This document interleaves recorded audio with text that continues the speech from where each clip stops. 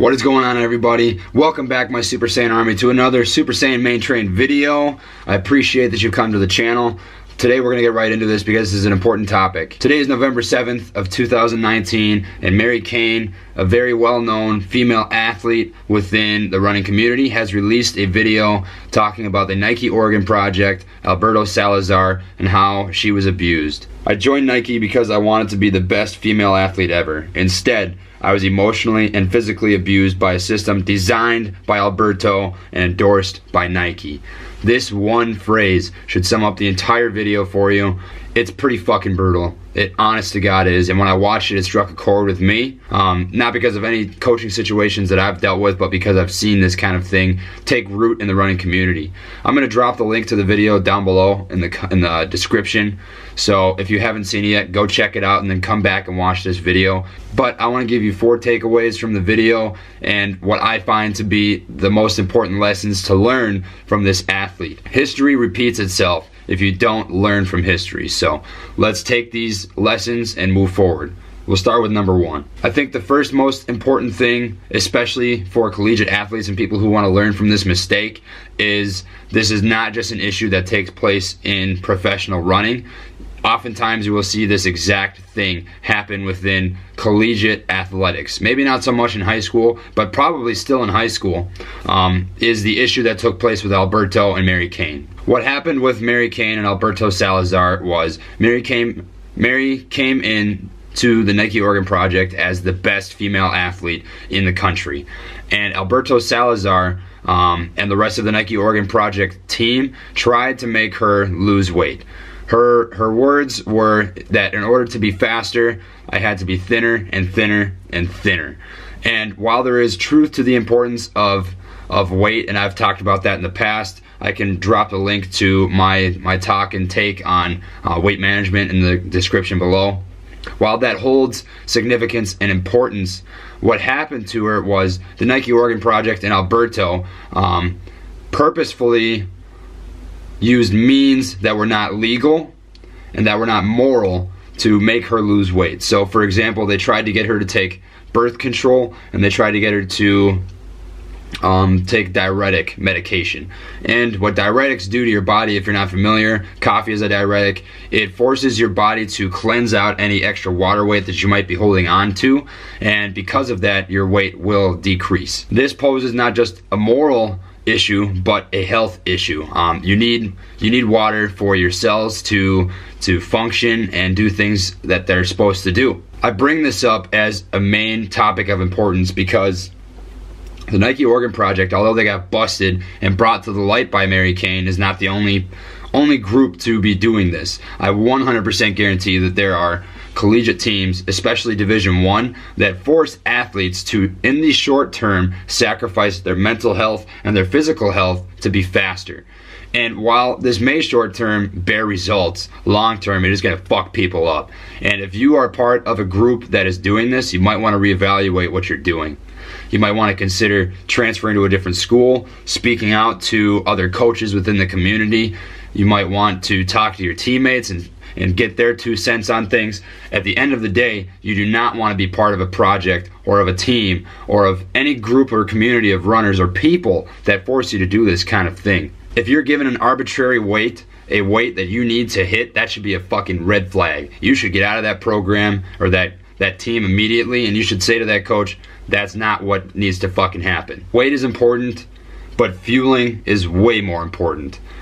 You should trust yourself first and your coach second. So if you think what's happening is not right, it's probably not right. Your instincts aren't going to be that off from what you think they are. Don't use Mary Cain's experience and say, wow, that's really sad. I wish I could do something about this, and just let it be that. Let it be a lesson that you can learn, because throughout human history, there have always been people who have experienced what you're experiencing right now that you can learn from. And Mary Cain is a prevalent example of what is happening right now in the running community, and it is still happening. It's still happening. My light fell. Use it as an example and move forward. So takeaway number 1, without a doubt, this is super important, is you should never be given an arbitrary weight to hit. You should never be given diuretics or weight management programs from your coach, that should not be anything that's even remotely on the table, because when you train hard, your weight will just automatically reduce itself to the level that it needs to be in order for you to be the fastest version of yourself. Don't buy into that fucking shit. Takeaway number 2, Nike feeds and brands this kind of behavior. So if you don't like what you're seeing, you shouldn't fucking buy into it. On all sorts of races and all sorts of teams and advertisement, you're gonna see Nike's name on everything. And Nike brand and endorsed, as I said earlier, and as Mary Cain said in her video, Nike endorsed the Nike Oregon Project. It's in the fucking name. They let this kind of thing happen. There's no way that within the contracts of the program and Nike, that there's no way they couldn't be tracking what was happening with Alberto Salazar and how he was training his athletes. I refuse to believe that Nike just said, hey, you guys, you have this money, you have these resources, make with it what you want. That's not how anything would work. Your boss would never say, hey, here's the work I need you to do, just get it done. And they're not going to have any checks and balances over you. Nike let this kind of shit happen. And when you buy Nike, when you endorse Nike, you're just fueling that kind of behavior. So what we can do as people is give checks and balances to Nike. They are the producers and we are the consumers. So as consumers, if you want to stop giving money to that program in order for them to fuel this kind of thing, you need to stop consuming their products. I can tell you that personally, I've been wearing Nike for 4 years. The Nike Pegasus are one of the very few shoes that I have run in without getting hurt, and I will never buy Nike again. I'm going to discontinue all of my Nike. I'm just not going to buy any more Nike. I'm not. I'm going to get a different brand of shoes, whatever that means I need to do. I'm going to stop wearing their clothes. I'm just not going to buy into that kind of thing, because when you support programs like that, you are supporting the kind of abuse and mistreatment of athletes and good people that has already happened. If you want to see change within the running community, you need to stop promoting and supporting programs that are letting this kind of shit happen. Takeaway number 3 is the Nike Oregon Project should not be allowed to rebrand, and Alberto Salazar should be out of the sport for life. If you kept up with when he was banned from the sport by USADA, he was given a 4-year ban, which means that as soon as that 4 years is up, I guarantee you that whatever rebrand project is coming out of the Nike Oregon Project, he's gonna hop right back on that fucking train, and the same kind of shit's gonna keep happening. Mary Cain, although she's probably the most vocal, has not been the only person to speak out about the Nike Oregon Project. Once he was banned from the sport, so many athletes came to the forefront to speak on the project. Shalane Flanagan's a good example. Also, Jenny Simpson, Matthew Centrowitz. You can look up all 3 of those names, and I guarantee you're going to find an entire page on Google about how they think about how Alberto Salazar got what he deserved. He's been malpracticing and riding the line of legality for as long as he's been in the sport. And you have to wonder, honest to God, whether when he was an athlete, he was doing these same exact practices on himself. Because what's very interesting about Mary Cain's video is she spoke out about how the Nike Oregon Project does not have registered dietitians or registered sports psychologists that work with the athletes.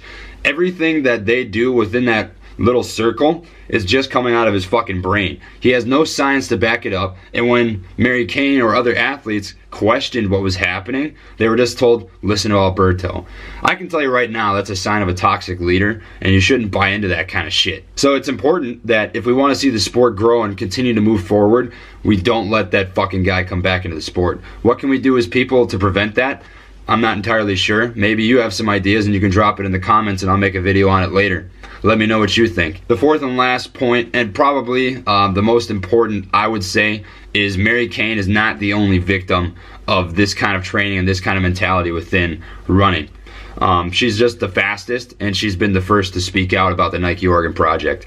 As I've said earlier, there are collegiate teams and other projects, without a doubt, that exercise the same kind of mentality, the same thin to win. You need to buy into what we're doing no matter what. Don't fucking question us. She's not the only person. So what should you take away from that? Speak out. Speak out. Come on. If this kind of thing is happening to you or happening to someone around you, talk to the person it's happening to. Talk to your coach. Get out of that program. Be vocal. Say something, because as she's probably helping hundreds upon hundreds and thousands and millions of people in the US right now, you could be doing the exact same thing within your own community. If you don't think you're gonna make a difference, you're fucking wrong. You will. You will make a difference. I can tell you that for a fact. When I came out and said that I struggled with an eating disorder, when I made that video, I had so many people reach out to me on Facebook, on Instagram, on Snapchat, telling me about how they could relate to that same situation. They said, man, I thought that I was the only one that did that kind of shit. But you're not. You're not. There's so many people that go through the exact same stuff. So don't think for a second that people are going to judge you by saying, man, I don't know if this is right. I don't know if I should be dieting, if I should be eating salads after doing a 20-mile day, if I feel like I should be eating more. Well, you're probably right, and maybe you should say something about it and help people. Overall, I think the Mary Cain video is an awesome thing, and I think it's going to help push the sport forward an immense amount. It really hit home for me because I feel like there's been a black cloud over the Nike Oregon project for a very long time. And it's good to see that there's been a little bit of conversation about them. Ever since WADA went and disbanded the Nike Oregon project and got Alberto Salazar kicked out of the sport, although it only be for 4 years, there's just been more and more of this kind of talk happening. And it's great to see within the running community. So let me know what you think of the video in the comments down below. If you want to have a discussion about this, I'd love to. Just reach out to me at either of my Instagrams down below, or my Facebook page or my Snapchat. I'd love to talk with you guys. Otherwise, thanks for stopping, and please go watch the Mary Cain video if you haven't already seen it. It's really, really fucking good. I promise you won't be disappointed. So until next time, Super Saiyan Main Train signing out. Oh.